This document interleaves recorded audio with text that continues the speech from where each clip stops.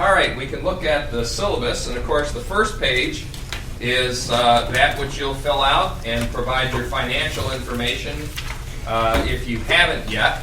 And so many of you have filled that out, but it has Heritage College on the top, and fill that out and make sure you get your checks in. The second page is just, again, update on what classes you plan on taking in the coming winter through spring and into summer. The numbers have been updated. The top section, pre-registration for those that are the bachelor students. The underneath section, pre-registration for those that are master's studies students. And you can fill all of that out. Make sure you turn that in if possible this evening. For those of you who are going to Israel, just indicate whether you're going to take it for 3 credit hours or for 6 credit hours. We have 31 people going to Israel right now, and if there is a last-minute interest, you'll want to decide certainly this week, and we can ask El Al whether they have room. Looking at page 1 of the syllabus, the course objectives. This course will provide an introduction to the background, composition, authorship, and distinctive emphases of the Synoptic Gospels, with a focus on understanding the mission, life, and teachings of Jesus as individually and collectively portrayed in these books of the Scriptures. For the seminary students, you want the Expositor's Bible Commentary, volumes 8 and 9, either the new ones or the old ones. And as is our custom, we want you to read the introduction for each one of these, Matthew, Mark, Luke, and John, and then to use the commentary for any kind of problem passages or interpretive questions that you have as you read through the text. But the main purpose is not to read these volumes in their entirety and try to memorize them or be tested by them. They are resources for us. For the college students, it's the Bible Knowledge Commentary, New Testament, Victor Books, Zook, and Walvard, which you are aware of. As far as course objectives, spiritual and academic, you can read those on your own and appreciate those. As far as course requirements, there's the reading of the Gospels in preparation for class, and this is according to the course syllabus, so you didn't have any reading to do tonight, but we'll go over the reading for each of the up and coming weeks. The reading of the commentaries in preparation for class, that's the reading of the introduction of the commentary, and then as well as the notes that you'll be getting on Matthew, Mark, Luke, and John. There's a particular section in there that I think is important, and that's where I have a little paragraph or half a page that says how to read this as a first century person. In other words, putting yourself into the sandals of time. How would you read this if it was the very first time you read it? You were living in 60 AD, 70 AD, 100 AD, and you didn't know everything that you know now about Jesus, and you were a Jew, or you were a Roman, or you were a Gentile, or, what is it that you would learn from it? It's the hermeneutical approach. It's the historical, grammatical, literary approach by which we want to listen to it. And then the reading of other assigned periodical literature, which really we're not going to have. So we can all say amen? Amen. Amen. Now, the lectures that you have on CD are on the Gospel of Mark. And I went through these and edited out the sermonic beginning material and the sermonic ending material as much as I could, so that they primarily focus on an exposition of the book of Mark. Now, when I recorded these and when I preached these or taught these here at Berean, I introduced them very often with slides or video or other things to give the historical setting. I'll be doing that in class here to try to just give you a little bit of the geography, topography. This is Bethlehem. This is the Jordan River.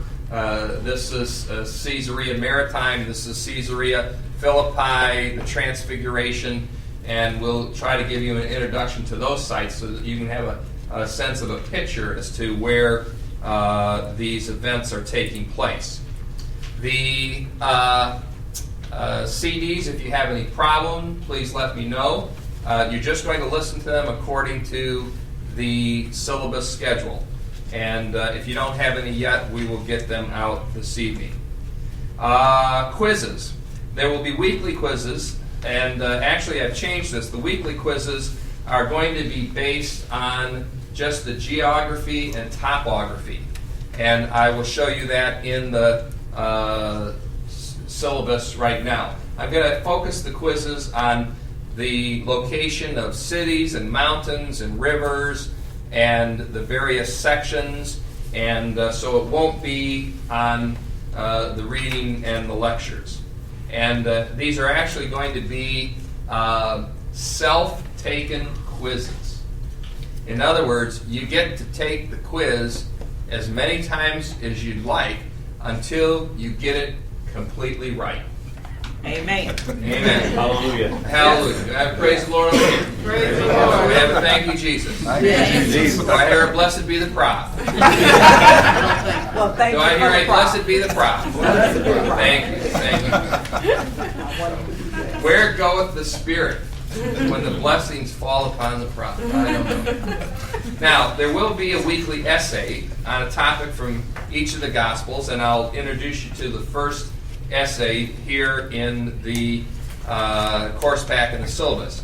I didn't include all four basically because there are people out there that are called, what do we call these people that want to do all their work in 1 week? Just the overachievers is one. What else? Freaks.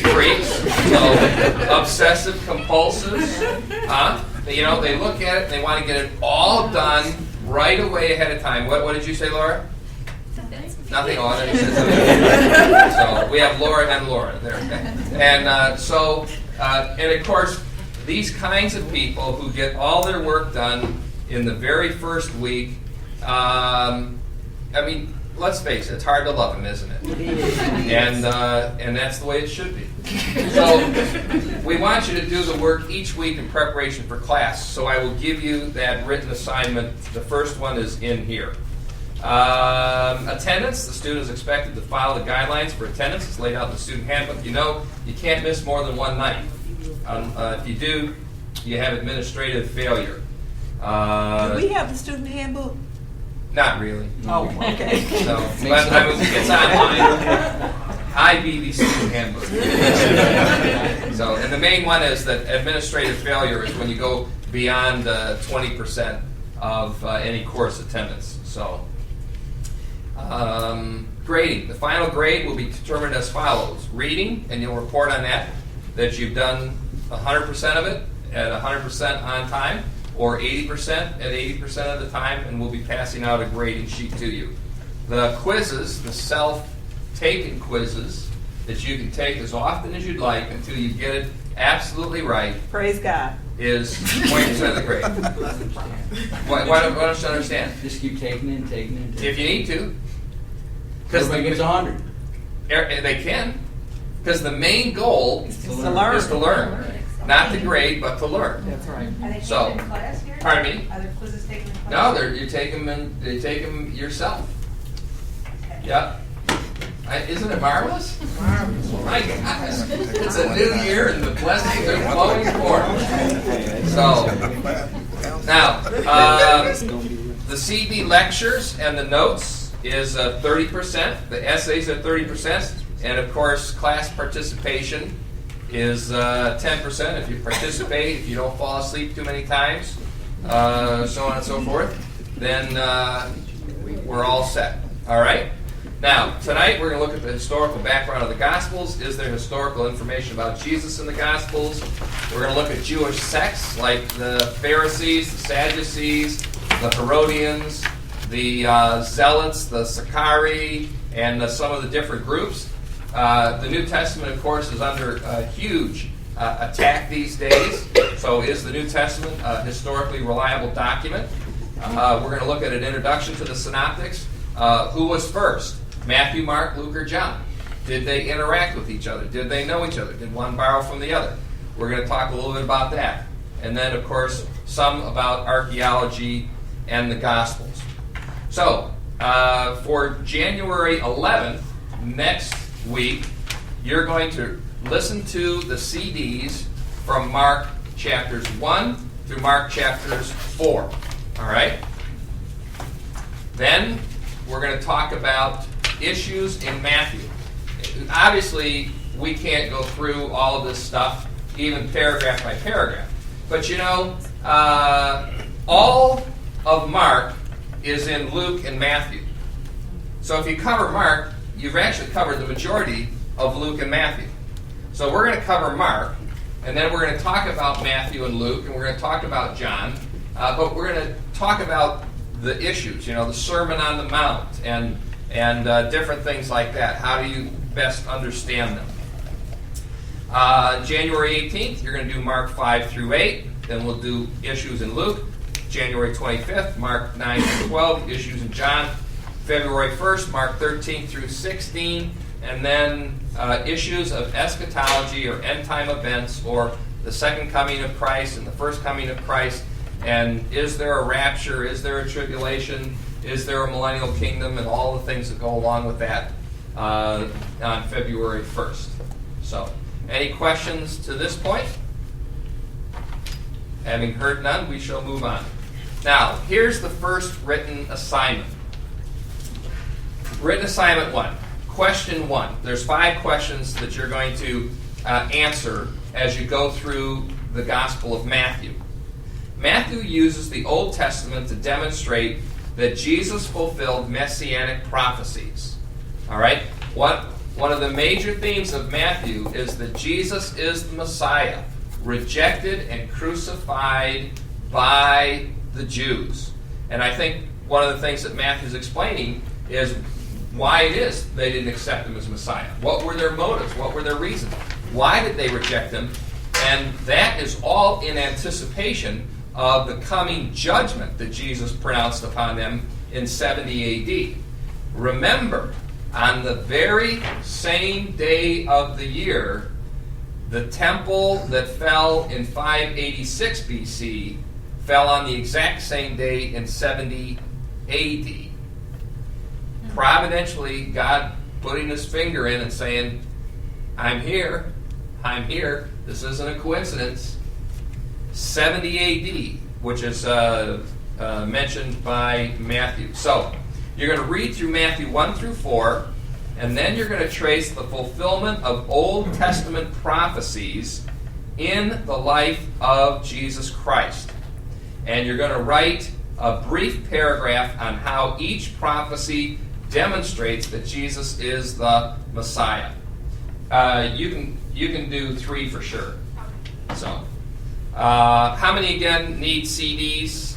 Haven't got them yet? 1, 2, 3. Yeah, do 3 for sure. So you can get 3 started. So here's an example. The genealogy of Matthew 1 through 17 shows how Jesus was from the line of David. The Messiah had to come from the line of David. And you might explain, just in a brief paragraph, why the genealogy is so important. Now, as you go through, you know that most of your Bibles will bracket those Old Testament quotes for you. But Matthew also uses a formula. Not every time, but a lot of the time, when he says, this was fulfilled that. This was fulfilled that. And it's particularly significant in the first 4 chapters. Question number 2. In the Sermon on the Mount, that's Matthew 5, 6, and 7, Jesus corrects the false teachings of his day by teaching God's truth. List the false teaching and then the true teaching. Example, you have heard that the ancients were told, you shall not commit murder. But I say that everyone who is angry with his brother shall be guilty before the court. Jesus teaches that the commandment against murder has a deeper principle that goes to the heart of a person. A person should not have anger in their heart or harsh words on his or her lips, as such attitudes can lead to murder and judgment. All right? And there's lots of those that he's correcting because the Pharisees had fallen into that legalism where they had forsaken the principle underlying the issue and were only trying to keep the law. They'd violate the principle, but they would keep the law. Question 3. Matthew 8 and 9 records many miracles. List the miracles and write a brief statement about what the miracle reveals about Jesus. Example, Matthew 8, 2 through 4. Jesus heals a leper or a leper. I don't know if he leaped, but he certainly was left. The leper. The healing of the leper shows Jesus' power. It's supposed to be over disease that was incurable and made a person spiritually unclean. Jesus sent the man to the priest in fulfillment of the Old Testament law. You might remember in the Old Testament, if somebody was healed of a leprosy or a particular disease, they were supposed to go to the temple, to the priest, and get examined. The man would give a testimony to the priest of the power of Jesus in performing this miracle. And so go through and look at the miracle. All of these are designed to get you thinking your way through the main argument of Matthew and his various purposes in the book. Question number 4. Jesus is rejected and attacked by many different people in Matthew 10 through 16:12. Identify the people who attacked Jesus and record the reasons why they rejected him. And one example is you'll see the Pharisees popping up many times. Why did they attack Jesus? What were they afraid of, or what were they thinking that they were going to lose? What stake did they have in it? Question 5. Jesus told his disciples that he was going to suffer many things, be crucified, and raised on the third day. How does Jesus prepare his disciples for these events?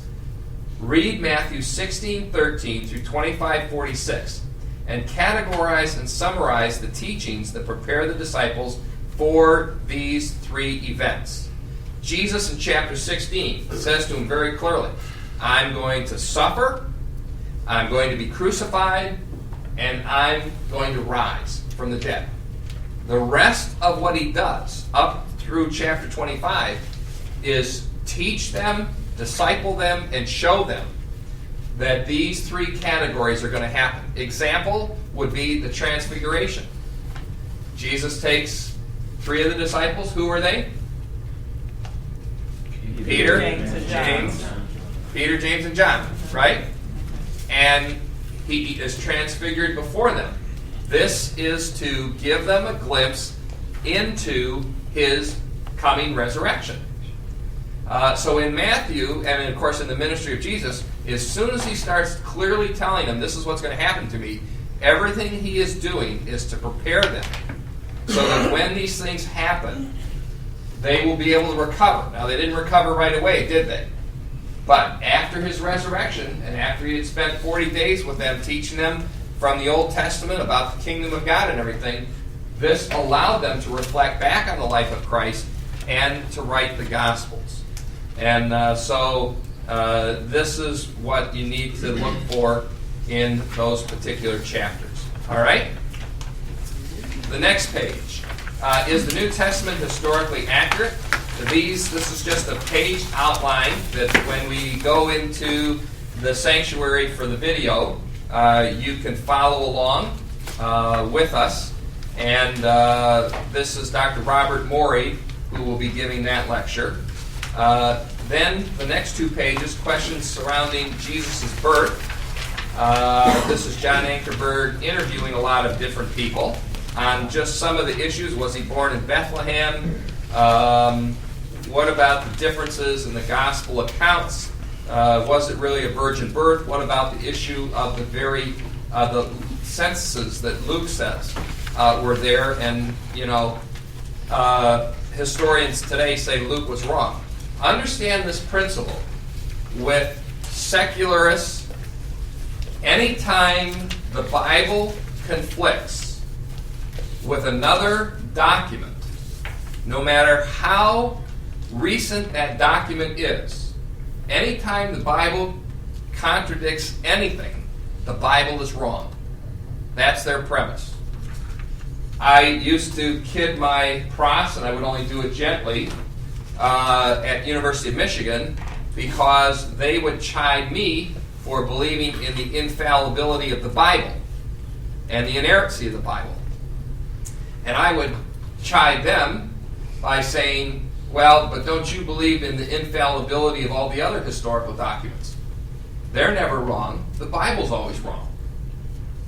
Right? Is that correct? So I say, well, prove to me that Plutonius is right. Prove to me that Josephus is right. So, see, for them, they are always right. And the Bible is always wrong. So, I only did that a few times. I found out it affected my grade. And I wasn't winning any converts. The next couple pages, 3 pages, 4 pages, will deal with the synoptic problem. 2 4-view, 2-view, independence view, and then which is the correct view. So is it Matthew, Mark, Luke? Matthew, Luke. Everybody puts John at the end because John's the independent, and we believe that everybody agrees that he was last. But who was first? And does it really matter? That's something that when you do the life of Christ, you need to know. The next page is ancient evidence for Jesus from non-Christian sources.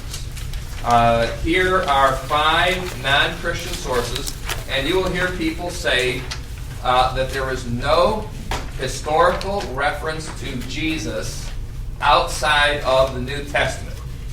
That the only witness to Jesus is the 4 Gospels. You'll hear them say that Paul invented the Messiahship, the Christness of Jesus later on in his missionary efforts. Well, there's a sense in which that's true, and that there's a sense in which that's just an out-and-out fallacious lack of integrity. And the reason is because references to Christ are references to Jesus.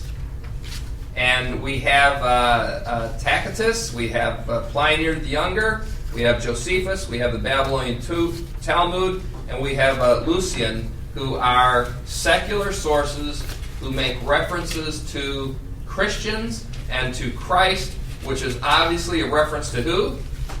To Jesus.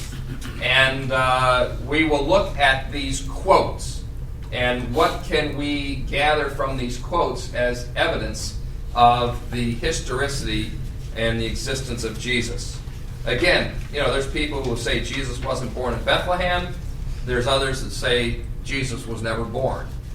Just like there's people who try to say the Holocaust never happened.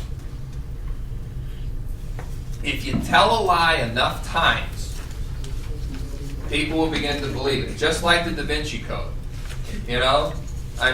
Complete lies. But because it's in a book, it must be true, right? Right. People still have this mindset. If it's in the newspaper, or if it's in a book, it must be true. Of course, unless it's the Bible. So, now the next we have just a set of notes on the Herodian family, Herod the Great, and his 3 sons, Antipas, Archelaus, and Philip, because they have influence on the ministry of Jesus. Herod the Great was the king prior to Jesus. He's the one that killed all the children of Bethlehem. Herod Antipas is the one whom Jesus saw in the trials. Herod Archelaus was the one that they fled when they came back from Bethlehem to go on to up to Nazareth. So we want to learn a little bit about the family and something about the rulers. So I just gave you some pages there you look through. There's a page on the chronological table of Christ's life. And this was done by Dr. Harold Honer. I think the book was called Chronological Aspects in the Life of Christ. Dr. Honer is the head of the Greek department at Dallas Seminary. as well as the PhD department at Dallas Seminary. He was kind enough to, he sat in on my PhD dissertation at the University of Michigan. I was able to, because of his scholarly accomplishments and everything, the University of Michigan accepted him on my dissertation committee, which was very nice. Nice to have a friend when you're going through purgatory. So, but this is a good aspect or look at the chronology of the life of Christ, and we'll talk about that a little bit. Then I just gave you some charts on Jewish sects of the first century. We're going to talk about them a little bit, but here are some nice summaries of their origin, their historical background, their theology, what contact they had with Jesus. There's a page there on rabbinic writings that follow, well, even precede Jesus and then follow Jesus. In case in your, you'll see reading in commentaries on the life of Christ, different things like that. You will come across these references to the Mishnah, divided into the Halakha and the Haggadah. Halakha, how do you walk? Haggadah, the basic teachings on purity, the Tosefta, and different things like that. The Babylonian Talmud, the Palestinian Talmud, those are like commentaries on the Old Testament scriptures. I gave you an example from the Mishnah, is the next page, on like the bill of divorce and different rules for divorce, just so that you can get an idea as to how these people taught and thought. You remember, one of the things that the people marveled at in relationship to Jesus was that he was one who taught with what? Authority. Well, when you read these things, it's Rabbi Gamaliel says, but Rabbi Eleazar says, but the sages say this, but then, of course, my grandmother says this, and Rabbi Simeon says this. Now, the Gamaliel who is referred to here is usually most often the Gamaliel that the Apostle Paul studied under. And so as you read through this, you find out that Jesus said, "Thus saith the Lord." All of these others would, give you a bunch of opinions. The joke is, where you have two rabbis, you have at least 3 opinions, maybe 5 opinions. And Jesus gave the one singular one. The next pages are just notes to guide us as we go through the Herodian dynasty, which takes us all the way down to the Agrippas and the Festuses of the book of Acts, to look at the Herodians, the freedmen, the Sadducees, the Pharisees, the Essenes, the Samaritans, the Qumran community, and to talk about Pontius Pilate a little bit. So all of that are notes to guide and direct you when you're listening to the lectures. And then we're going to do a little bit of geography of Israel, and we're going to look at the names, the various names of the land, the importance of Israel, the divisions into the coastal plain, the Shephelah, the western plateau. We're going to try to show you some video that illustrates all of these, the mountains, the lakes, the rivers, the rainfall, because to understand the Gospels, and when you go to Israel, or sometimes they'll call it the 5th Gospel, because to see the land, to understand the land, to walk there, is to help you understand so many of the parables, to understand why it is when Jesus left Galilee and he came through Samaria, why that was so unusual. Why is it that people went down to the Jordan Valley? Why is it when they say they went up to Jerusalem, how in the world could they be going up to Jerusalem when they're starting in Galilee, which is 70 miles north? You're going down, aren't you? And so it just helps you understand some of the culture of it all. The mountains, the valleys, the water supplies, the different gates around the city of Jerusalem, because we're going to walk our way through the last 24 hours of the life of Christ, the 7 or so trials that he had, and talk about how he went from place to place and the significance of all of that. Now, map 1 is the divisions of the land. And you're going to learn all of those divisions and everything. Phoenicia, Acre, Sharon, Philistia, the Shephelah, in between the Negev, Judea, Samaria, Galilee, the Jordan River Rift. You know, the Jordan River Rift is the longest rift in the world. It extends from way up in Lebanon and Syria all the way down through Africa, 4,000 plus miles. The Dead Sea Valley, particularly around the Jordan Valley, particularly around the Dead Sea, is the only place on earth where you can, and it's the lowest place on earth, where you can walk below sea level, where planes can fly below sea level. And so we're going to talk about all of that. And this is good not only for New Testament, but also for Old Testament. We're going to look at the maps briefly, and there's some mileages for you. I mean, Israel is really quite a small country when you look at it. Number 7, 85 miles. You know, from the bottom of the Dead Sea up to above the Sea of Galilee. I mean, that's what, from here to Bay City? That's the whole length of the country.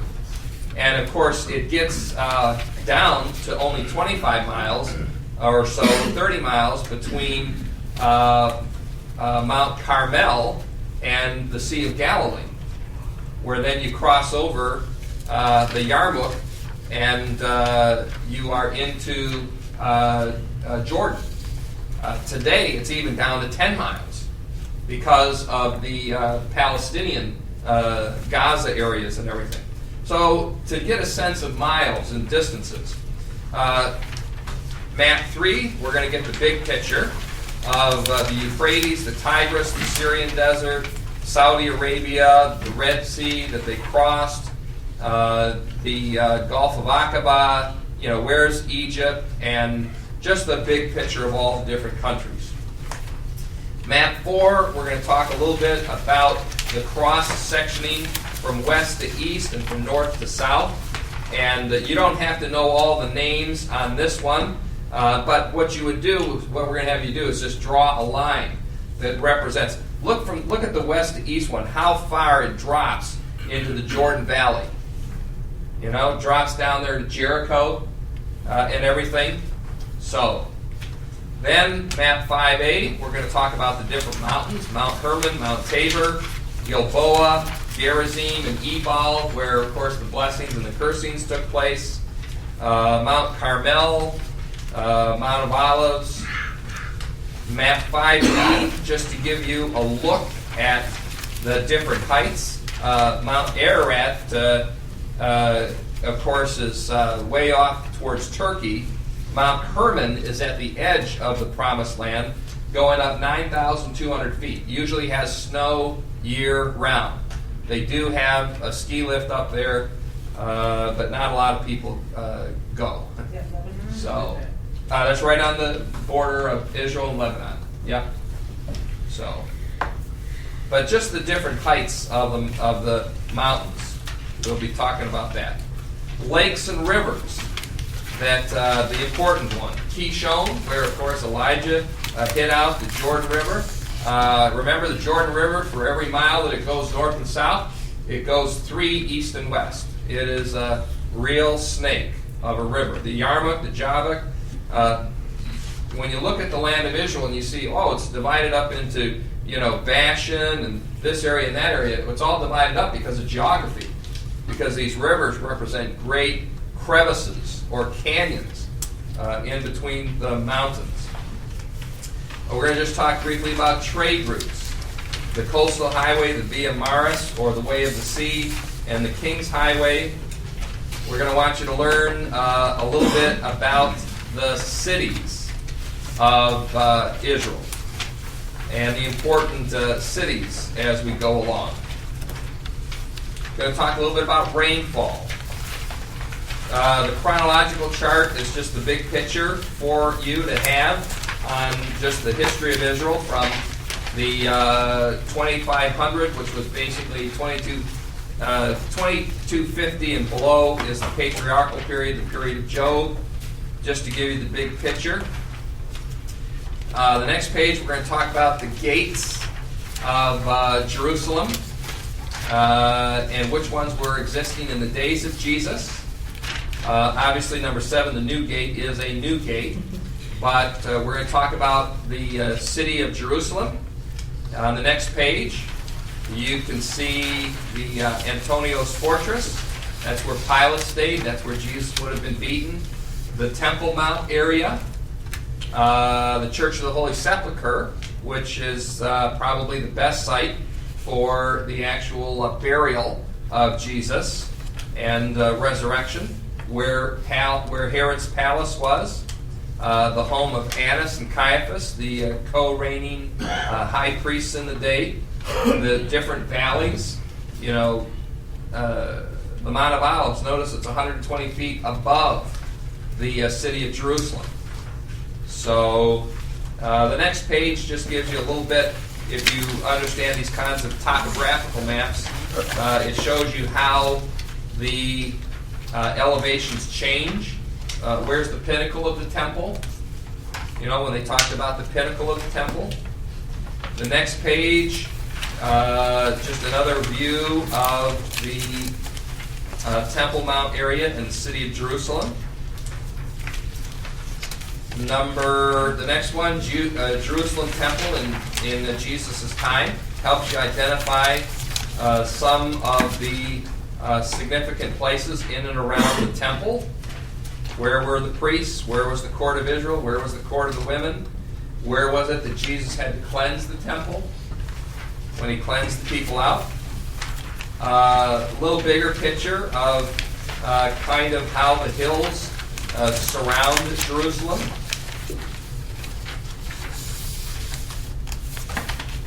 Next page has written in the Kidron Valley, the Hinnom Valley, the Tyropean Valley. We're going to talk about all these different valleys, show you some video of those. And then you get to map 1 again, divisions of the land. Are you all there?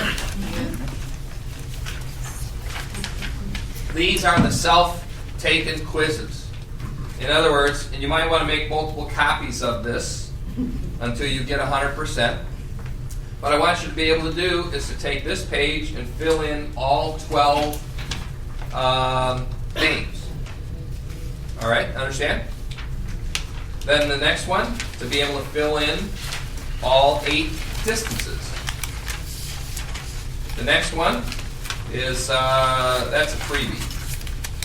I don't think there's anything to fill in there. 5A, to be able to fill in the mountains that are there. The next one, to be able to identify the 8 bodies of water. The 3 trade routes, because when you read commentaries about Jesus, they will be referring to these places, and I don't know how much they expect you to know, but it's valuable if you do know, if you have an idea of where he is city-wise, or what river they're referring to. And then, of course, the 9, the Jerusalem, the times of Jesus, and I will provide, you have to identify all the gates. The gates in the valleys. Yeah, the gates in the valleys. Anything on the other map 9 that isn't on this map 9, that's what you have to be able to validate. And then the last one is, and this gets into the valley. Valley 1, which is the Kidron, or the Valley of Gehenna, or being in hell. Valley 2 is the Tyropean, is the transversal valley. Valley 3, the Tyropean. And when I get done explaining these to you, the names make sense. When you understand how the names fit into the geography and the topography, they usually explain themselves. Like the Valley of Gehenna, number 1, was the big valley that had lots of the graves, lots of the caves to bury the dead. It was also the main valley that led down to hell, or what they called Gehenna, the place where they would burn the garbage. The transversal valley trans, to go across, was the one that cut right across the city of Jerusalem. The Tyropean Valley, the one that goes down through the middle, the Valley of the Cheesemakers, this one goes right down through the area because it was up at the Damascus Gate where the sheep herders and the goat herders would bring their cheese products and other products for sale and everything. So it became known as the Tyropean Valley because the main markets that sold cheese and goat and sheep products were in there. And then the Kidron Valley separating between the Temple Mount and the Mount of Olives. So that is the course pack as a whole, and Lord willing, we'll get through a whole bunch of that as we go along. So, but those last pages are the self-taken quizzes, where you're going to just keep doing them and memorizing them and going over that information until you understand each one and understand each one well. So when we talk about it, or we're showing, video of this is the Temple Mount, this is this and this that, it will all make sense to you. Do we turn these into you, or You'll just report okay? to me. Yep. So On that last one, then, just to make it clear, that you just want the 4 valleys. it's the 4 valleys and where the 1, 2, 3, 4, 5 is, those gates. Oh, okay. So, and then the W1, W2, it should be W3 and W4. Those are 4 important water systems that we'll talk about. Yeah. So we'll follow up on that and be pointing those out to you. I've got overheads to put up where we'll talk about those. So, any questions about the course pack? Yes. I don't have the last page. Last page. We'll get you that. So, all right.